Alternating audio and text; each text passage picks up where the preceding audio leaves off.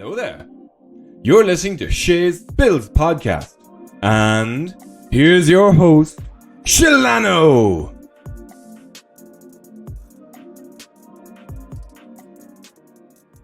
Hey guys, thank you so much for coming in to listen to Shay's Bills podcast. Just to acknowledge, these episodes were recorded back in April, so this is a few months old. I do apologise, my editor was away and I couldn't edit it at the time as well. So enjoy this podcast episode and I will chat to you all in. Hello everyone and welcome back to Shay's Bills podcast. Obviously I'm Shay, how are you? Hope you're well. This week's episode is on about the Ireland and England Six Nations TikTok match that happened the second last week of the Six Nations women's rugby matches. So I thought I will just go and have a chat about that, but also I know I haven't really posted. I'm sorry. I do have episodes ready. It's just just to upload them is the time, really. If you didn't know already, last Sunday on April 16th, I had streamed for 24 hours for Make-A-Wish Foundation, and which meant I continued to stream for 24 hours.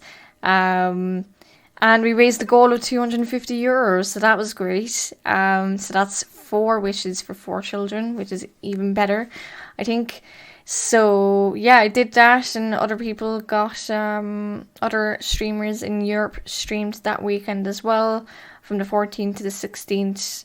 And it was really good. And I wasn't bored actually, and I wasn't too tired, so I was very surprised about that.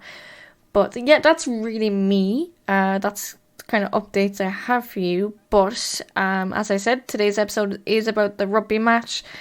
And yeah, that's really it. I mean, other than that, I was there.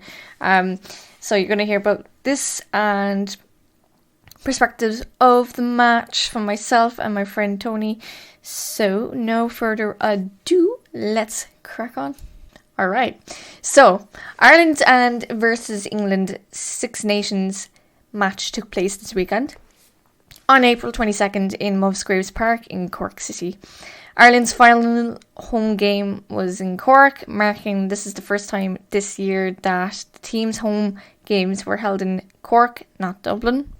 Beforehand, England led the tournament with Scotland and Ireland trailing behind in the bottom, which means next week's final matches in the championship will find out if Ireland or Scotland will finish last. Unfortunately for Ireland, their debut match against Wales finished 31-5 to Ireland, which was followed by a beating at the hands of the French in Musgraves Park as well. The side had a chance to win in Italy, but despite their improved territory and possession figures and stats, Ireland was not clinical enough with the red zone and continuously let down at the line out by sloppy handling. With that out of the way, let's talk about the game. As I said, I was very fortunate to be at the game with my friend Toni, as the tickets were my Christmas present. The weather was expected to be showering throughout the day and cold, but it actually ended up to be dry for the entire game, which was great, other than the grey clouds, but it didn't rain till like 7 o'clock in the evening, so that was very good for us. The main stand had about a quarter of it was full. We could see the RT sports experts doing their coverage on the side of the pitch. Toni and myself decided to watch the tries on the right side try post, as we managed to obtain our 3 second Hall of Fame by noticing myself in my tan jacket, which I didn't know that it looked like Del Boy from Only Fools and Horses jacket. Apparently it was when older men used to wear those jackets to the rugby matches, so I wasn't aware, but I didn't even know. My man knew it, not me. Anyway, so after the anthems, which were very quickly sung and kick-off was begun, after a shaky start, England exploded into action with the first half tries from Sarah Beckett, Tatiana Hurd, Ellie Kildun, Marley Parker and Morwenna Towling, with a conversion from Laggy Tuma. I'm sorry if I get any of the names pronounced wrong. I am not a good name pronuncier. Giving the Red Roses a commanding 27-0 bonus point advantage at the break. McWilliams has made 3 changes to the team with the defeated 24-7 by Italy last week in Parma. Brittany Hogan takes over flanker for the injured Doherty Wall, while Molly Scruffil? Oh my god, why did I say Scruffy? I'm so sorry. Scruffil, McCabe and Vicky Irwin replaced Alicia Hughes and Anna McGann.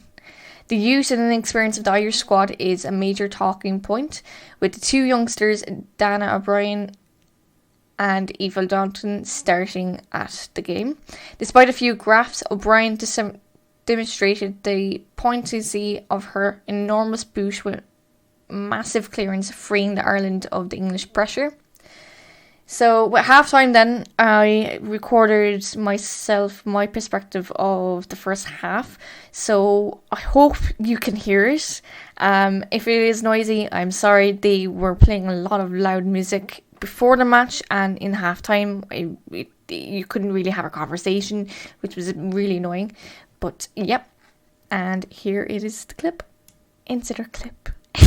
So Ireland came out firing in the second half, attacking England's breakdown, but only 11 handling errors early on hampered the Red Roses' progress as the game got scrappy.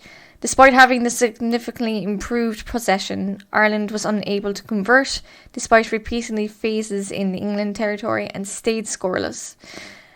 Following the match then, I didn't notice. So before the whole match happened, a girl called Kiva Morris, I'm hoping I'm saying her name right, arrived at the game equipped with posters and hundreds of stickers emblazoned with the slogan, "I give a fuck."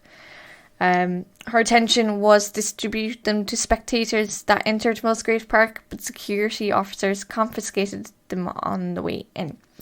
Now, an explosive statement odd this devastation revelation published last week by the Telegraph Sports, which apparently a major figure in Irish rugby was overheard at a dinner saying, "Who cares about?" Well, who cares? Okay, right. Who cares an F about women's rugby? Now, she said, Morris explained it, that we were told we weren't allowed to bring them in because they had a curse word on them.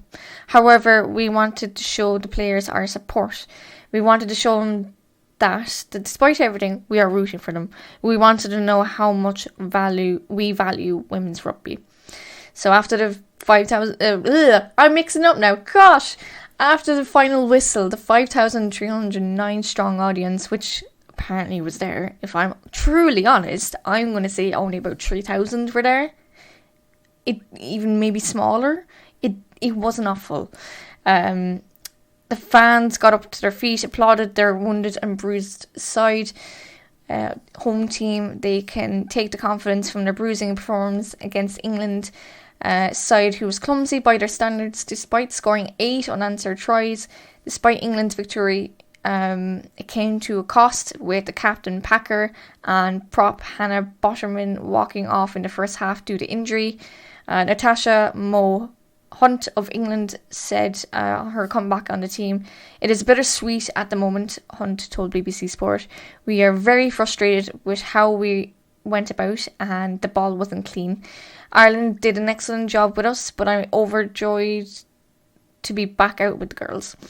So I'm going to insert now Toni's thoughts of the match. Fair warning, there is swearing, and I try to tell her to be more nicer in it. Well, not nicer, politer. You know, she was going a little harsh. So here's Toni's point of view. So along with that, right, Toni, what did you think of the match? Shocking. Oh my lord. Have they ever caught a ball in their life? Okay, no, don't go that bad. No. Fair. To be fair Be now, nice. they were fighting against the, second best rugby team in the world in women's. So it was a bit hard.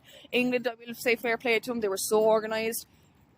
Everything, down to catching the ball. going for it, tackles. There was always 3 people on, ready to go for the ball, whereas Ireland, I felt, was very scattered. There was too many gaps in the line. They weren't strong enough as well, but they gave it their socks. But unfortunately, girls, he didn't win this time. 2019 was the first year that Guinness started sponsoring the Women's Six Nations. They said they were really proud to be the first official partner with Six Nations. And then after that followed TikTok, which we all know TikTok for social media. The marketing director of Guinness Ireland, I cannot say the surname. We're just going to call him Alan, right? Through our rugby partnership and dedicated activity throughout this year, TikTok's Women's Six Nation Championship, we are committed to continue to raise the profile in women's games. Along with the I Give a Fuck poster issue, the IRFU believes, and they stated a statement after this match, they believe the language on the poster was inappropriate given the amount of minors that attended the game, and the regulating board also believes that the protest was not conducted properly. But the question is, do they allow male rugby players slip out a swear word after a post-game interviews and get away with it? But when a female supporter campaigning, there's the word, against it, will get a slap on the wrist. Compared to the boys, they won't. That would be just brushed under the carpet. I'm sure, to be honest, yes, I was near kids during the match. I was trying to limit my swearing. But if you are frustrated with the team's efforts and performance, you can't accidentally release a swear word. I know this is rugby. It's not like football. Football fans can be a lot more worse and cursing. They'd be shouting at the players saying, "You're shit, blah, blah, blah." You know, we've seen that. But also with that, still it boils down to the IRFU. I always struggle with saying that. I don't know why. It's easy to say IRFU. Oh, anyway, to their approach on the women's game, the question is whether will they change their nasty ways to let women succeed in the coming seasons. Briggs, former captain of the Ireland's women's team, said, "I had taken a break from social media and everything in the last week because it's so draining to see what that, for people who do not understand what we're doing here, is building and what we're going. People speculate all the time. Another suggested we simply stop playing. This is completely absurd. Why do you believe we wear the Irish jersey? How do you think we put in so much effort?" Wall stated, another player, "I just think this stuff about breaking a record or not playing the game is very insulting to us as players who give out every day and put everything into the Irish jersey to play Six Nations. All of us discourage about such things serves no purpose. What's the point of speculating about something like that?" They all mostly ignore it. Along with that, that's why a lot of them actually went off social media last week. To be honest, today's Sunday, I'm recording it day after of the match. But I have read the comments on social media of it. I was trying to be as positive as I could with my comments. Yes, it's disappointing that Ireland lost again. But there's a lot of work we need to do. And it's not just the players. They are trying their best. I think if we look at the other teams right now, Ireland is I don't even know. Are they an amateur team? Like, this is the thing. Okay, so like it says online, it doesn't even say that we're a professional team. I don't think we are. From what people's comments on social media as well was, they're an amateur team. Compared to France and England's teams in women's rugby, they are professional. England has only been a professional team for 5 years. And like, the team is still a young group. Only established in 1991. So along with that, also, they're currently 9th in the world. The highest was 2nd in 2014. You know, I think, you know, people at the moment, honestly, it's just like people just want to point a finger, and they want to point it at the players, they want to point it at the manager, they want to point it at the IRFU. A lot of people are saying there is a lot of financial difference between the men's team and the women's. Apparently the women's had cuts in their salaries for improvement of the team. If that is true, why? I think we need to be equal about it. You know, like if the Irish women's team in football and the men's football team can go equal pay and get the same kind of like things and like gym equipment and physio and all of that, that should be exactly the same for the women's rugby team. Obviously, like, women's sports is looked down upon, and we all know that. Women in general, not just in sports, are looked down. I think we all, if you're a woman, you have experienced it. I have definitely seen it in my job and in sports. You know, I've only started watching women's rugby in the last 2 years, so I'm still new to this. I'm still learning about everything. And, you know, even yesterday's match, I was trying to be positive. I knew we weren't going to have a great result. You know, and watching the match, it's, you know, the physicality of it, you know, it's a little different. I saw an English player tackled 2 girls from the Irish team, and they were both down, and it was a fairly big knock. Like, the 2 girls were fairly slow to get up. I think the scrummages were pretty well. They were pretty good, but coming from, you know, when it breaks in the middle and like they have to get up, like getting up and moving was too slow. They were very spread out. I think obviously the physicality, I know people will be comparing the men and the women's, is absolutely different. But I think, you know, we need more, I don't know how to say this. I want to say this respectfully, okay? Tougher, stronger girls, you know, they can take a hit, like they can. It's just, you know, concussions and all that is a serious thing.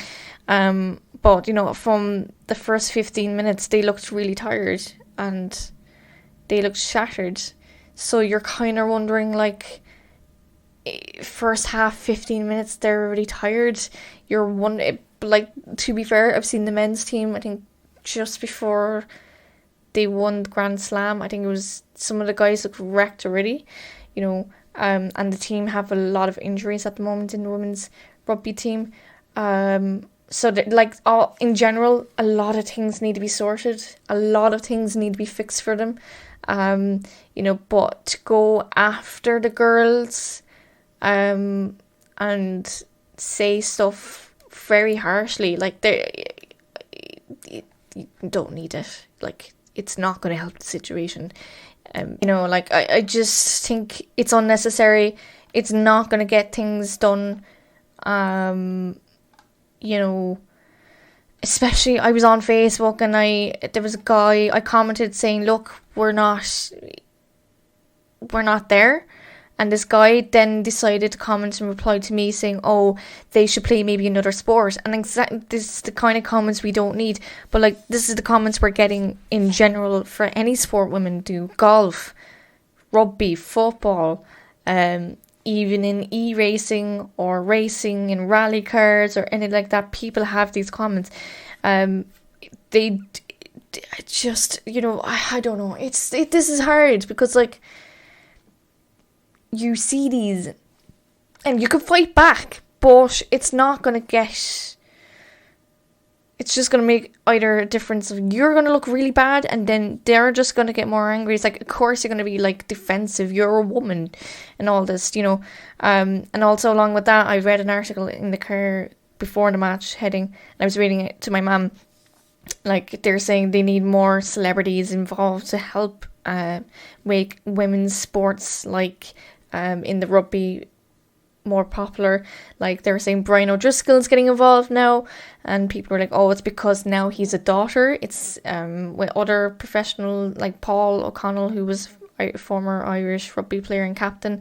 It's exactly the same thing. They were saying, oh, it's because they're dads and now they have a daughter in their life. They kind of want that stuff to be improved. Okay, yeah, yes, it's another thing, and people are like, oh, but if it's going to like help this and get us more awareness, we'll take it. You know, we'll take anything. You know, if you look about it in American soccer, National Soccer League, one of the teams is literally owned by so many women in the Hollywood actresses and all different businesses, from acting to tech companies, are all now have a bit of a share in the company. Like Natalie Portman is one of the owners of the team. I think, if I'm right, it's Gotham.